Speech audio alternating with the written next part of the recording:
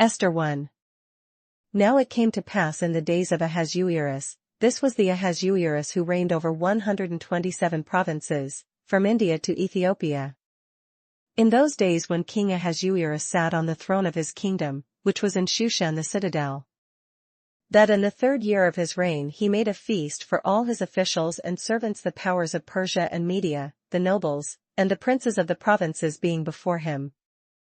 When he showed the riches of his glorious kingdom and the splendor of his excellent majesty for many days, 180 days in all.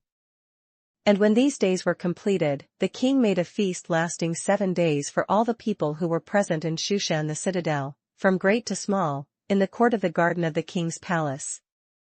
There were white and blue linen curtains fastened with cords of fine linen and purple on silver rods and marble pillars, and the couches were of gold and silver on a mosaic pavement of alabaster, turquoise, and white and black marble.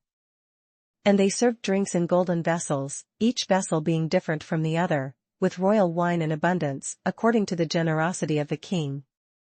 In accordance with the law, the drinking was not compulsory, for so the king had ordered all the officers of his household, that they should do according to each man's pleasure. Queen Vashti also made a feast for the women in the royal palace which belonged to King Ahasuerus. On the 7th day, when the heart of the king was merry with wine, he commanded Mehuman, Biztha, Harbona, Bigtha, Abagtha, Zethar, and Carcass, 7 eunuchs who served in the presence of King Ahasuerus, to bring Queen Vashti before the king, wearing her royal crown, in order to show her beauty to the people and the officials, for she was beautiful to behold. But Queen Vashti refused to come at the king's command brought by his eunuchs, therefore the king was furious, and his anger burned within him. Then the king said to the wise men who understood the times, for this was the king's manner toward all who knew law and justice, those closest to him being Karshena, Shethar, Admatha, Tarshish, Meres, Marsena, and Memucan, the 7 princes of Persia and Media, who had access to the king's presence, and who ranked highest in the kingdom. What shall we do to Queen Vashti, according to law, because she did not obey the command of King Ahasuerus brought to her by the eunuchs? And Memucan answered before the king and the princes, Queen Vashti has not only wronged the king, but also all the princes, and all the people who are in all the provinces of King Ahasuerus. For the queen's behavior will become known to all women, so that they will despise their husbands in their eyes, when they report, King Ahasuerus commanded Queen Vashti to be brought in before him, but she did not come. This very day the noble ladies of Persia and Media will say to all the king's officials that they have heard of the behavior of the queen. Thus there will be excessive contempt and wrath. If it pleases the king, let a royal decree go out from him, and let it be recorded in the laws of the Persians and the Medes, so that it will not be altered, that Vashti shall come no more before King Ahasuerus, and let the king give her royal position to another who is better than she. When the king's decree which he will make is proclaimed throughout all his empire, for it is great, all wives will honor their husbands, both great and small. And the reply pleased the king and the princes, and the king did according to the word of Memucan. Then he sent letters to all the king's provinces, to each province in its own script, and to every people in their own language, that each man should be master in his own house, and speak in the language of his own people. Esther 2. After these things, when the wrath of King Ahasuerus subsided, he remembered Vashti, what she had done, and what had been decreed against her. Then the king's servants who attended him said, Let beautiful young virgins be sought for the king.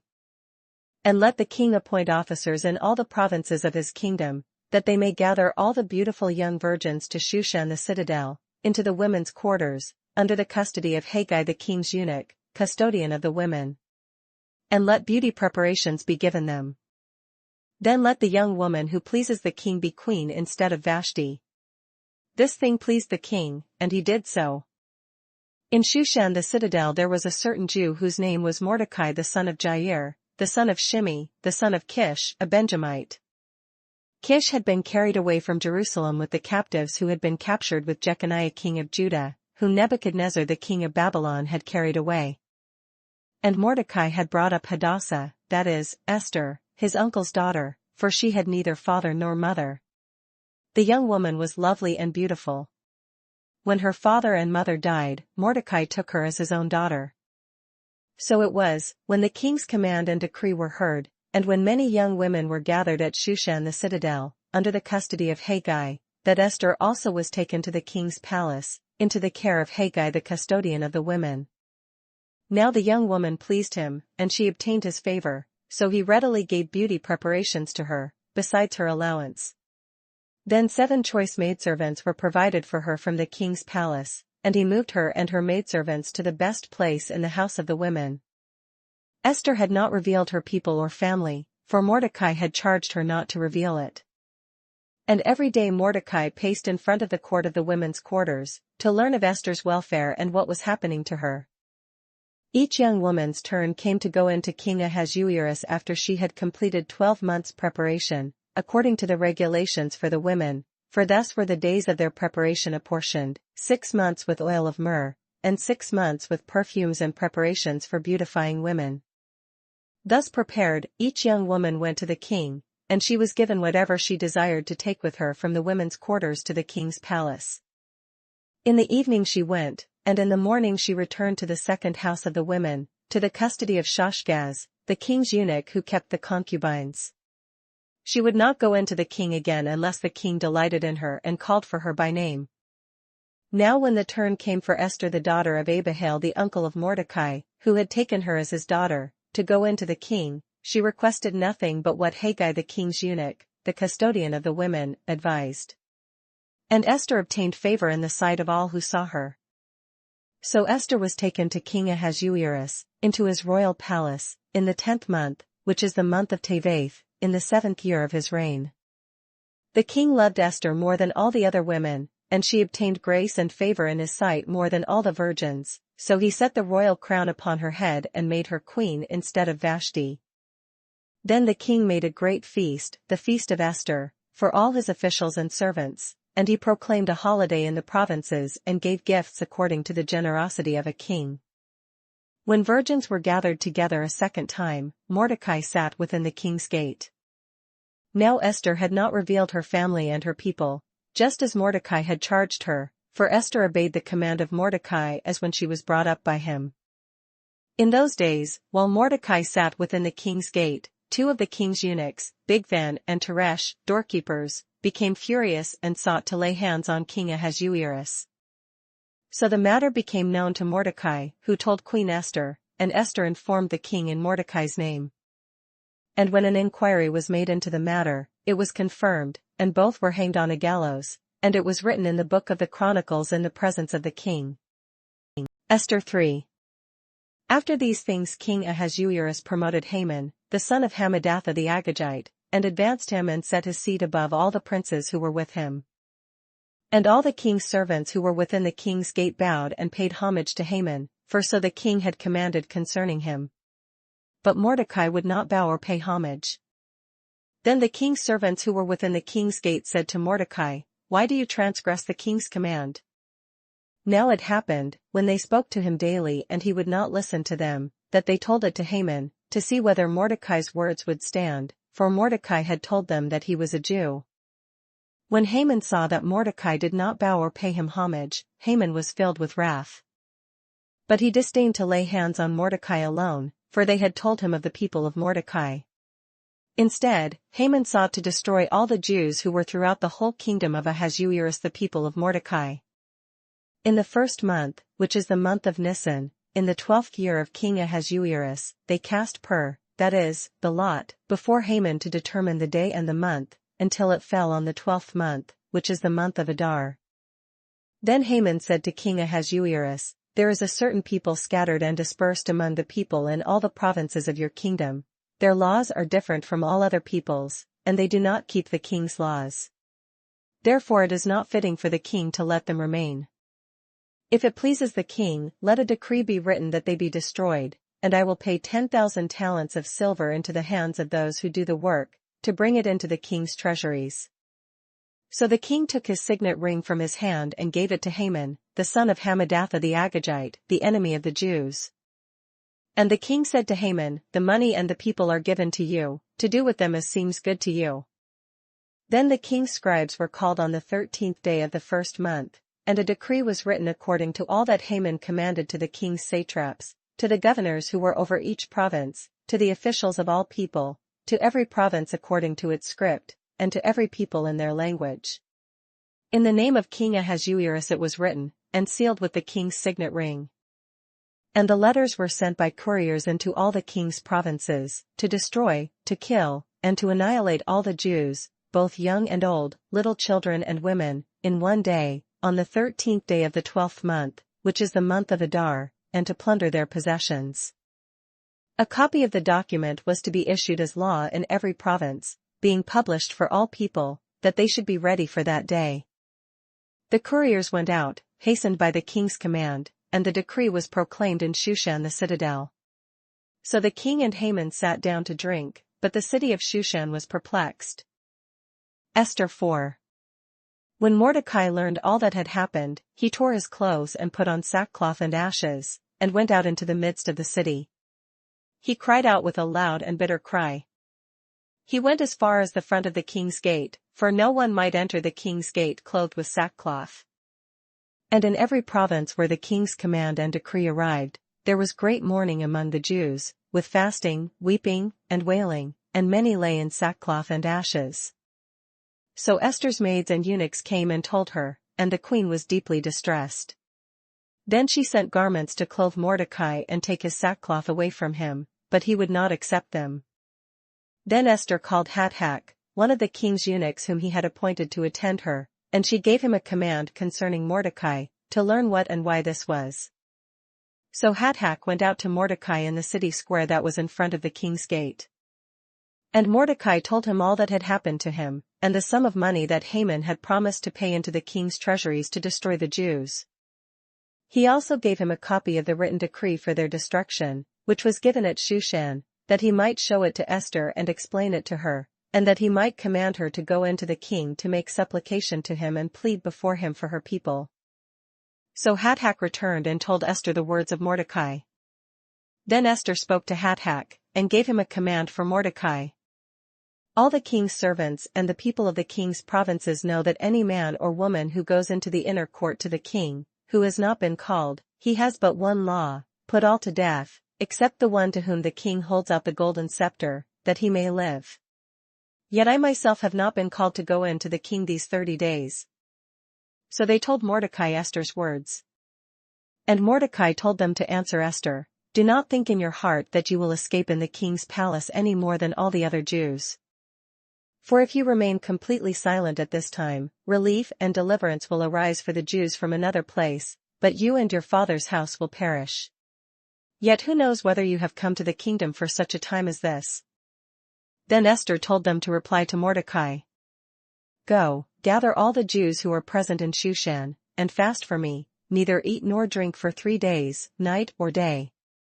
My maids and I will fast likewise. And so I will go to the king, which is against the law, and if I perish, I perish. So Mordecai went his way and did according to all that Esther commanded him. Esther 5. Now it happened on the 3rd day that Esther put on her royal robes and stood in the inner court of the king's palace, across from the king's house, while the king sat on his royal throne in the royal house, facing the entrance of the house. So it was, when the king saw Queen Esther standing in the court, that she found favor in his sight, and the king held out to Esther the golden scepter that was in his hand. Then Esther went near and touched the top of the scepter. And the king said to her, What do you wish, Queen Esther? What is your request? It shall be given to you up to half the kingdom. So Esther answered, If it pleases the king, let the king and Haman come today to the banquet that I have prepared for him.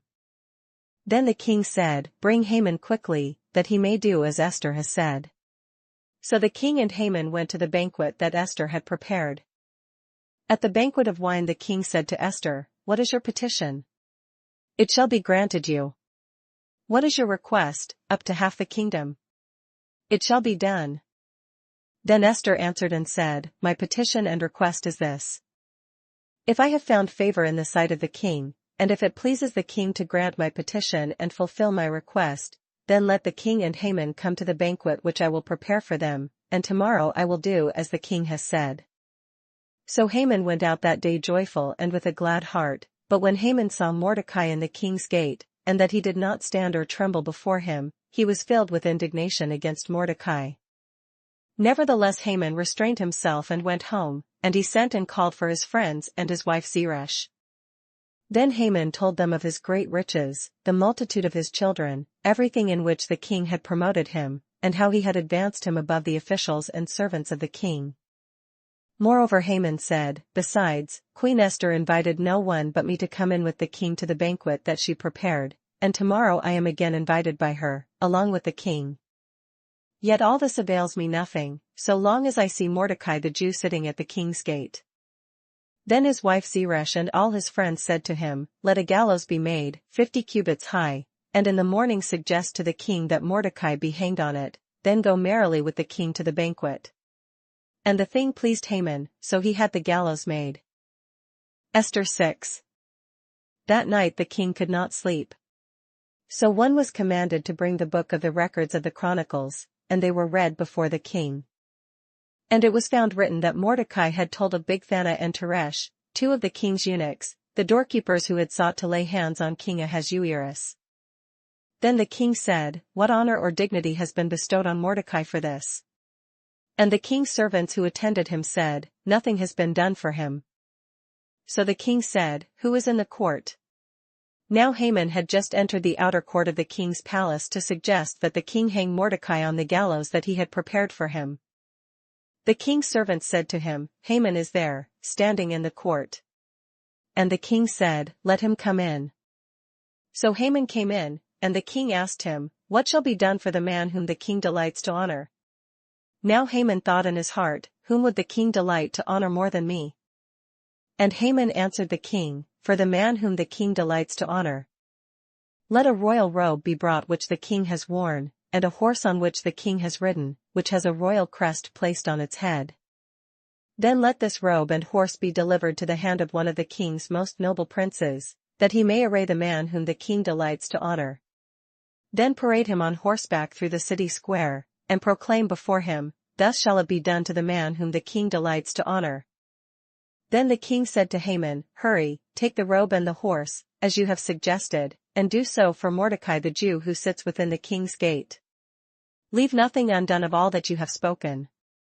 So Haman took the robe and the horse, arrayed Mordecai, and led him on horseback through the city square, and proclaimed before him, "Thus shall it be done to the man whom the king delights to honor." Afterward Mordecai went back to the king's gate.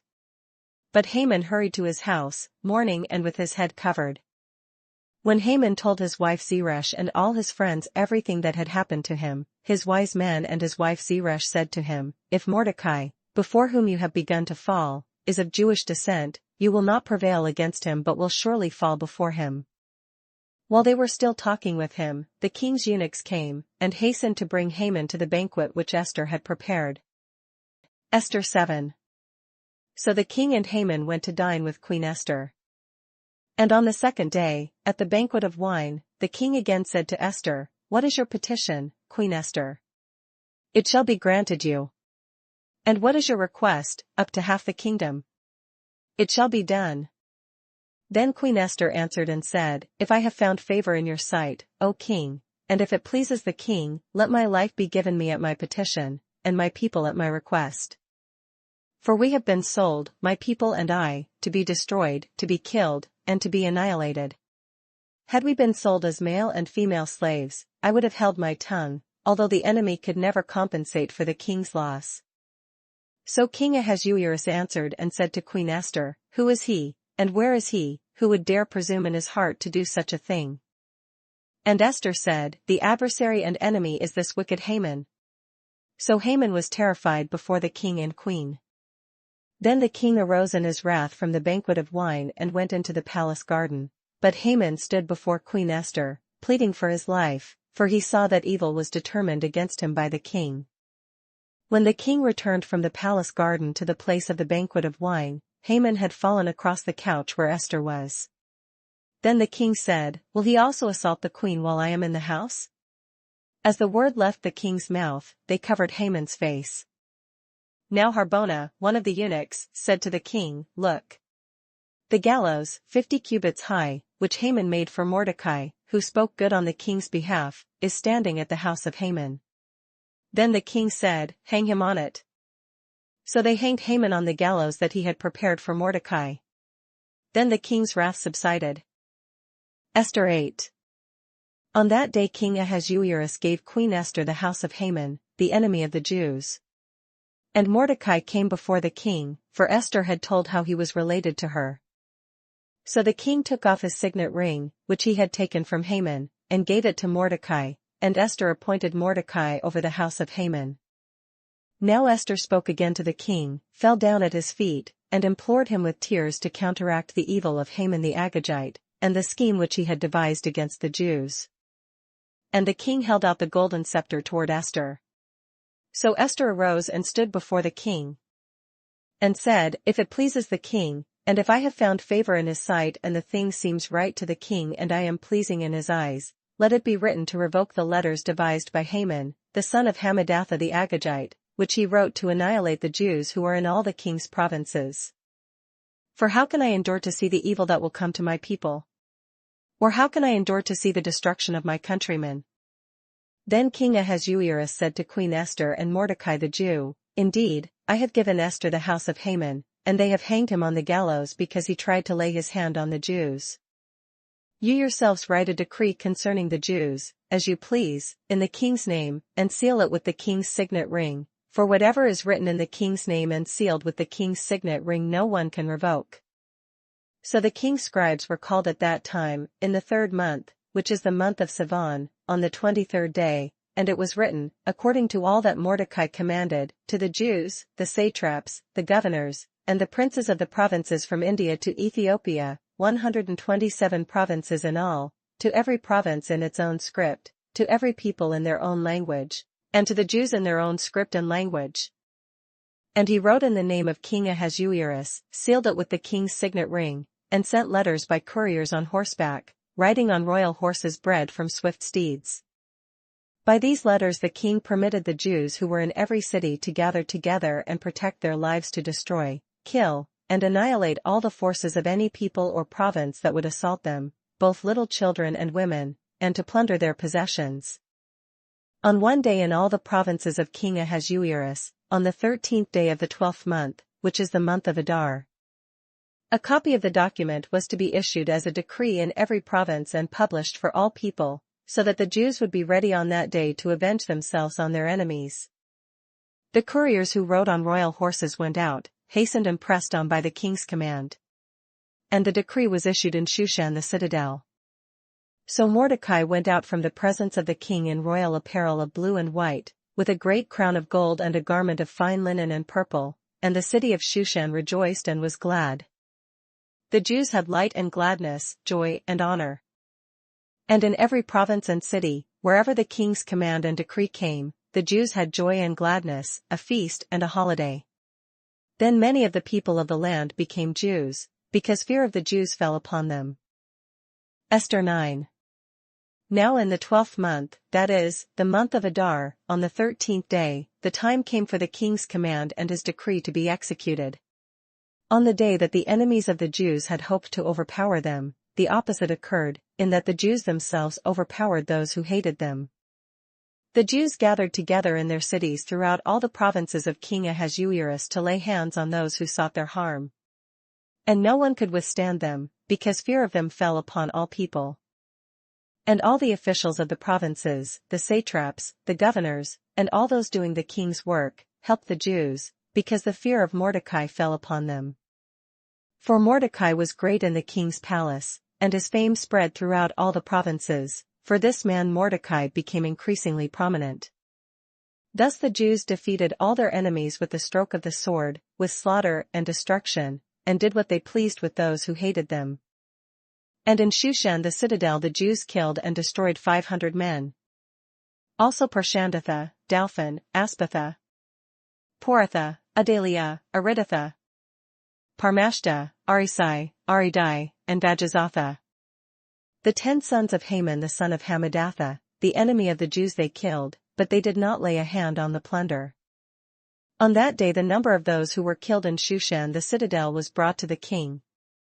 And the king said to Queen Esther, "The Jews have killed and destroyed 500 men in Shushan the citadel, and the 10 sons of Haman." What have they done in the rest of the king's provinces? Now what is your petition? It shall be granted to you. Or what is your further request? It shall be done. Then Esther said, If it pleases the king, let it be granted to the Jews who are in Shushan to do again tomorrow according to today's decree, and let Haman's 10 sons be hanged on the gallows. So the king commanded this to be done. The decree was issued in Shushan, and they hanged Haman's 10 sons. And the Jews who were in Shushan gathered together again on the 14th day of the month of Adar and killed 300 men at Shushan, but they did not lay a hand on the plunder. The remainder of the Jews in the king's provinces gathered together and protected their lives, had rest from their enemies, and killed 75,000 of their enemies, but they did not lay a hand on the plunder. This was on the 13th day of the month of Adar. And on the 14th of the month they rested and made it a day of feasting and gladness. But the Jews who were at Shushan assembled together on the 13th day, as well as on the 14th, and on the 15th of the month they rested, and made it a day of feasting and gladness. Therefore the Jews of the villages who dwelt in the unwalled towns celebrated the 14th day of the month of Adar with gladness and feasting, as a holiday, and for sending presents to one another. And Mordecai wrote these things and sent letters to all the Jews, near and far, who were in all the provinces of King Ahasuerus, to establish among them that they should celebrate yearly the 14th and 15th days of the month of Adar, as the days on which the Jews had rest from their enemies, as the month which was turned from sorrow to joy for them, and from mourning to a holiday, that they should make them days of feasting and joy, of sending presents to one another and gifts to the poor. So the Jews accepted the custom which they had begun, as Mordecai had written to them. Because Haman, the son of Hammedatha the Agagite, the enemy of all the Jews, had plotted against the Jews to annihilate them, and had cast that is, the lot, to consume them and destroy them. But when Esther came before the king, he commanded by letter that this wicked plot which Haman had devised against the Jews should return on his own head, and that he and his sons should be hanged on the gallows.